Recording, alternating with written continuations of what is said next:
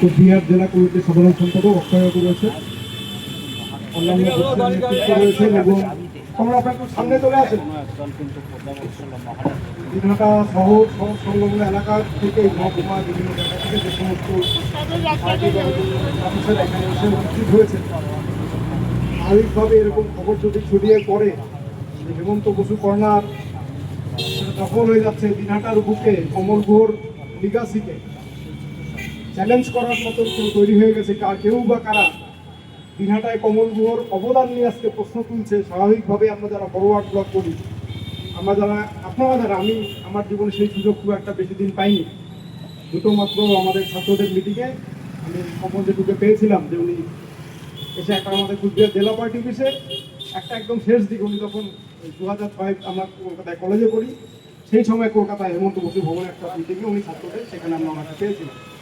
আপনারা যারা দিনহাটার party comrade, এটা আমাদের তুলনায় আপনারা সৌভাগ্যবান অবশ্যই অনেক বেশি যে আপনারা পথের লড়াইয়ে পার্টি অফিসে আপদে বিপদে সব জায়গায় কমরেড কমল গুহকে আপনাদের পাশে পেয়েছে। আজকে সেই রকম একজন মহিরু, সেই রকম একজন মানুষ যার নাম শুনে কোচবিহারের প্রত্যেকটা বাড়ির প্রত্যেকটা মানুষের বাচ্চারা ছোট থেকে বড় হয়, সেই কমল গুহর তার নামকে মুছে দেওয়ার চক্রান্ত তারই দিনহাটায় হচ্ছে। কেউ বা কারা করছে, ঘৃণ্য চক্রান্ত যারা করছে, আমরা ফরওয়ার্ড ব্লকের পক্ষ থেকে তাদেরকে ঘৃণা জানাচ্ছি, তাদেরকে ধিক্কার জানাচ্ছি। কিন্তু একটা কথা আমি আপনাদের বলবো যে বিষয়টা শুধু কমরেড কমল গুহকে নিয়ে যেখানে এরকম ভিন্ন চক্রান্ত হচ্ছে তা না।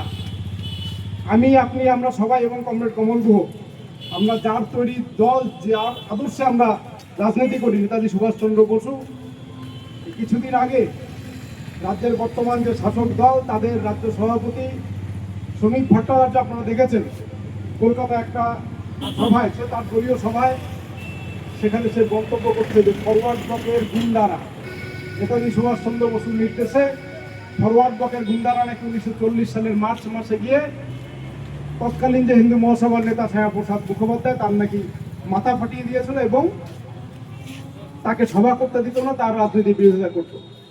আমরা ফরওয়ার্ড ব্লকের পক্ষ থেকে গর্ব করে বলতে পারি যে হ্যাঁ, নেতাজি সুভাষচন্দ্র বসু তার লেখালেখিতে রয়েছে, তার বিভিন্ন বক্তব্যে রয়েছে, উনি সাম্প্রদায়িক রাজনীতির বিরোধিতা, যতদিন উনি ভারতবর্ষের মাটিতে দাঁড়িয়ে বা পৃথিবীর মাটিতে দাঁড়িয়ে রাজনীতি করতে পেরেছেন, সাম্প্রদায়িক রাজনীতির বিরোধিতা উনি করেছেন।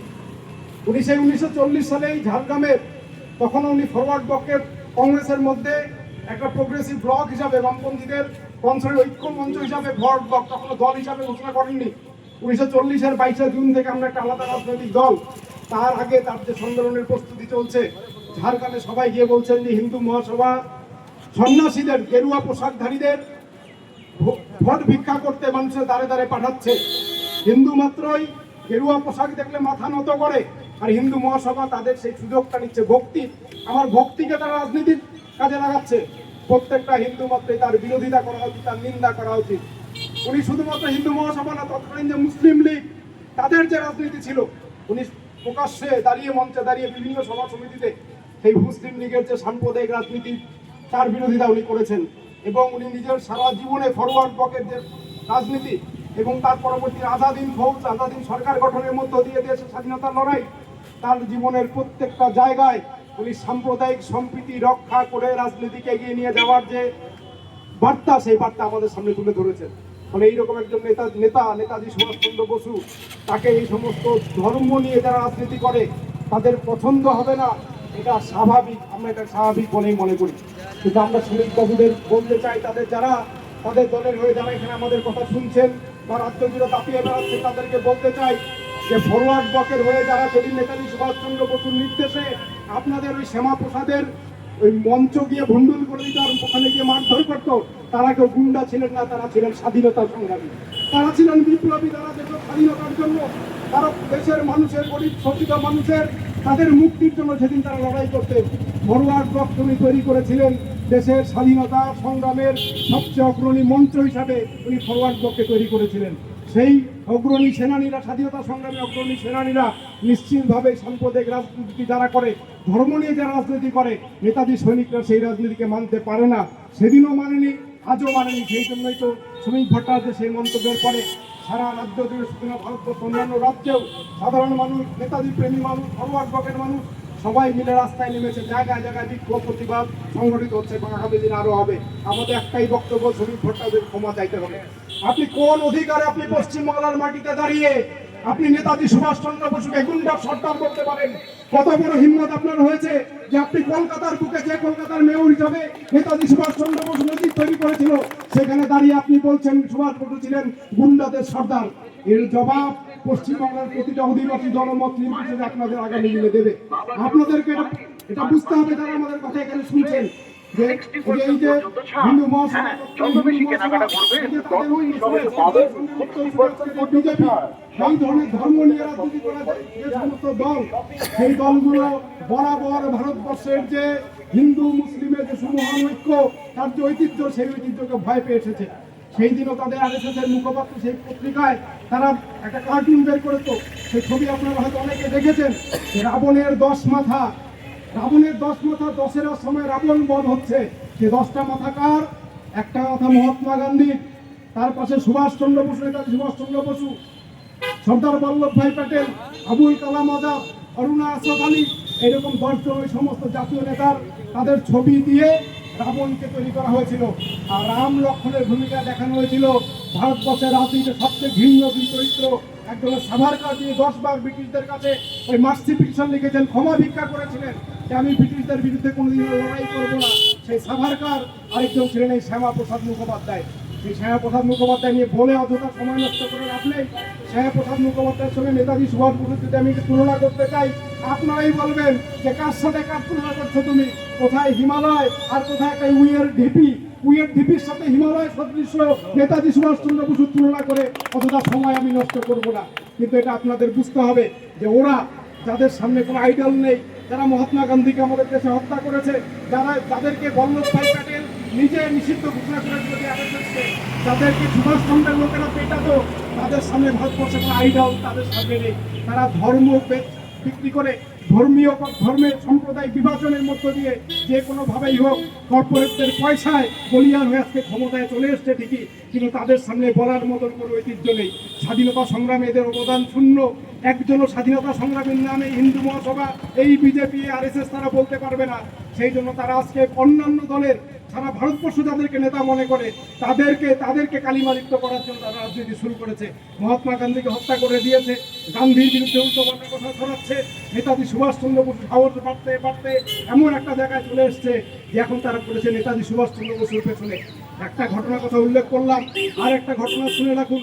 গত কয়েকদিন আগে, গত 3-4 দিন আগে একটা সংবাদ মাধ্যমে আমরা দেখলাম, বীরভূম জেলার রামপুরহাট, সেই রামপুরহাট মহকুমা শহর, সেখানে একটা সেই চৌমাথা রামপুরহাট 5 মাথার মোড় থেকে ঝাড়খণ্ডে দুমকার দিকে যাওয়ার যে মেন রাস্তা, প্রধান সড়ক, তার নাম ছিল নেতাজি সুভাষচন্দ্র বসু সড়ক। এনএস রোড বলতো স্থানীয় মানুষরা। হঠাৎ কেউ বা কারা রাতের অন্ধকারে সেখানে এনএস রোডের মুখের মধ্যে একটা সাইনবোর্ড লাগিয়ে দিয়ে চলে গেল, ডক্টর শ্যামাপ্রসাদ মুখার্জি সরণি। পরের দিন সকালবেলায় যখন সেই বাজারের দোকানদারেরা তারা আসলো, সেই দোকান খুলতে এসে দেখছে যে আমার দোকানের সাইনবোর্ডে এনএস রোড, আর সামনে একটা কেউ বাঁকারা বোর্ড লাগিয়ে দিয়ে চলে গেছে শ্যামাপ্রসাদ মুখার্জির সরণি। তারা ক্ষোভে ফেটে তারা বললো হচ্ছেটা কি?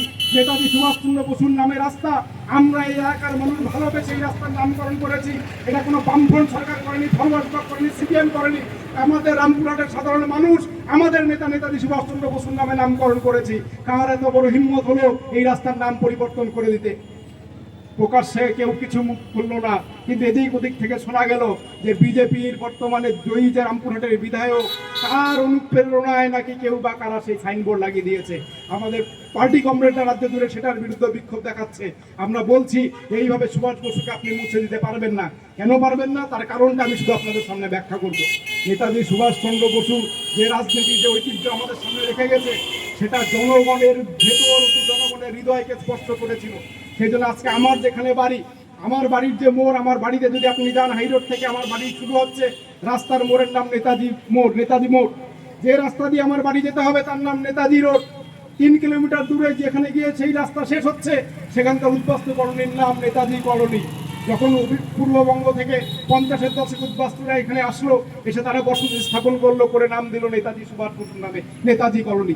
এই নামগুলো সেদিন বামফ্রন্ট সরকার ছিল না, সাধারণ মানুষ নিজের ভালোবাসার নেতার নামে নেতাজি মোড় নামকরণ করেছে, নেতাজি মোড় নামকরণ করেছে, নেতাজি স্কোয়ার নামকরণ করেছে। সারা ভারতবর্ষ জুড়ে ফরওয়ার্ড ব্লক কোনোদিন কেন্দ্র সরকার চালায়নি, কিন্তু সারা ভারতবর্ষের প্রত্যেকটা জেলায় জেলায়, গ্রামে গ্রামে, এলাকায় এলাকায় যদি কারোর মূর্তি থাকে সেটা নেতাজি সুভাষ বসুর মূর্তি। কারোর নামে যদি স্থানীয় মানুষ তার রাস্তার নামকরণ করে সেটা হয় সুভাষ রোড, নেতাজি রোড। কারোর নামে ক্লাব বানালে নেতাজি সংঘ, সুভাষ সংঘ। সারা ভারতবর্ষ জুড়ে ভর্তি। 23শে জানুয়ারি আজও জাতীয় ছুটি না, কিন্তু সারা ভারতবর্ষের মানুষ 23শে জানুয়ারি পালন করে, যে নিজের জন্মদিন যতটা না পালন করে তার চেয়ে বেশি 23শে জানুয়ারি পালন করে। তার কারণ নেতাজি সুভাষচন্দ্র বসু তার রাজনীতির মধ্য দিয়ে, তার বক্তব্যের মধ্য দিয়ে, তার যে অরা, তার মধ্য দিয়ে আমাদের দেশের জনগণের হৃদয়ে মস্তিষ্ককে দখল করে নিয়েছেন। সেখান থেকে তাকে সরানো যাবে না। কোথাকার কে শ্রমিক ভট্টাচ তাকে গুন্ডাদের সর্দার বলুক, কোথাকার কোন বিজেপির এমএলএ তার নাম মুছে দেওয়ার চেষ্টা করুন রাস্তা থেকে, পশ্চিমবাংলার মানুষের মন থেকে, ভারতবর্ষের মানুষের মন থেকে নেতাজি সুভাষচন্দ্র বসুকে সরিয়ে দেওয়া যাবে না। এইরকম এই যে আপনারা এই যে আজকে দিনহাটা হেমন্ত বসু কর্নার নিয়ে যেটা করেছে, হেমন্ত বসুর কি অবদান কম নাকি ভারতবর্ষের রাজনীতিতে? শুধু উনি ফরওয়ার্ড ব্লকের অল ইন্ডিয়া প্রেসিডেন্ট ছিলেন, সাংসদ ছিলেন, মন্ত্রী ছিলেন সেটা না, উনি আমাদের স্বাধীনতা সংগ্রামী ছিলেন, বেঙ্গল ভলেন্টিয়ার্সের অন্যতম বড় সংগঠক ছিলেন, নেতাজি সুভাষচন্দ্র বসুর ডান হাত ছিলেন এই জননায়ক হেমন্ত কুমার বসু। এবং গোয়া মুক্তি আন্দোলন, ভারতবর্ষ স্বাধীন হয়ে গেছে, আমাদের একটা রাজ্য তখনও পর্তুগিজদের অধীনে গোয়া, সেই গোয়াতে যখন মুক্তি আন্দোলন চলছে উনি এখানকার এই তৎদিনে উনি পশ্চিমবঙ্গের অন্যতম বড় নেতা, সারা ভারতবর্ষের মধ্যে বড় নেতা, কিন্তু উনি সেই যে নেতৃত্বের জায়গা সেটা ছেড়ে দিয়ে উনি বলছেন আমার দেশে একটা অংশ এখনো স্বাধীন হয়নি, আমি গোয়াতে গিয়ে মুক্তি আন্দোলন করব। উনি গোয়া মুক্তি আন্দোলনের নেতা। এইরকম একজন নেতার নাম, তার অবদান কি ভারতবর্ষে কম নাকি? তার অবদান কি পশ্চিমবাংলা গণতান্ত্রিক মানুষের গণতন্ত্রের যে পশ্চিমবঙ্গের ইতিহাস, তাতে হেমন্ত বসুর অবদান কারো চেয়ে কম না। আর কমল গুহকে নিয়ে আমি দিনহাটার মানুষের কাছে বলে নিজেকে ছোট করবো না, কারণ দিনহাটার মানুষ যদি আমি যদি কমল গুহ নিয়ে বলা শুরু করি আপনারা বলবে মায়ের কাছে মাসির গল্প করছে। তাহলে আজকে এইরকম মানুষদের অবমাননা করা, নেতাজি সুভাষচন্দ্র বসু থেকে শুরু করে হেমন্ত বসু, কমল গুহ, এদেরকে অবমাননা করার সাহস এরা পাচ্ছে। কারণ এই যে ঘৃণ্য কীট, এরা রাতের অন্ধকারে সব কাজ করে। আমি আমার বক্তব্য শেষ করার আগে দিনহাটার গণতন্ত্র প্রেমী মানুষের কাছে একটা আবেদন করব। এই যে এখানে একটা সাইনবোর্ড করা আছে, একটা ফ্লেক্স কিউবাকারা টানিয়ে দিয়ে গেছে, আমরা ফরওয়ার্ড ব্লক আমরা অবশ্যই এর বিরোধিতা করছি। আমরাও দেখতে চাই যে দিনহাটার মানুষ, সাধারণ মানুষ এর বিরুদ্ধে রুখে দাঁড়ায় কিনা। আমরা দেখতে চাই যে দিনহাটার মানুষ তার প্রিয় নেতা, তার প্রিয় সন্তান দিনহাটার কমল গুহকে আজও মনে রেখেছে, বুকে রেখেছে কিনা আবেদন করে আপনাদের প্রত্যেকে নমস্কার জানিয়ে আমার বক্তব্য শেষ করলাম। ইনকলাব জিন্দাবাদ, সারা ভারত ফরওয়ার্ড ব্লক জিন্দাবাদ।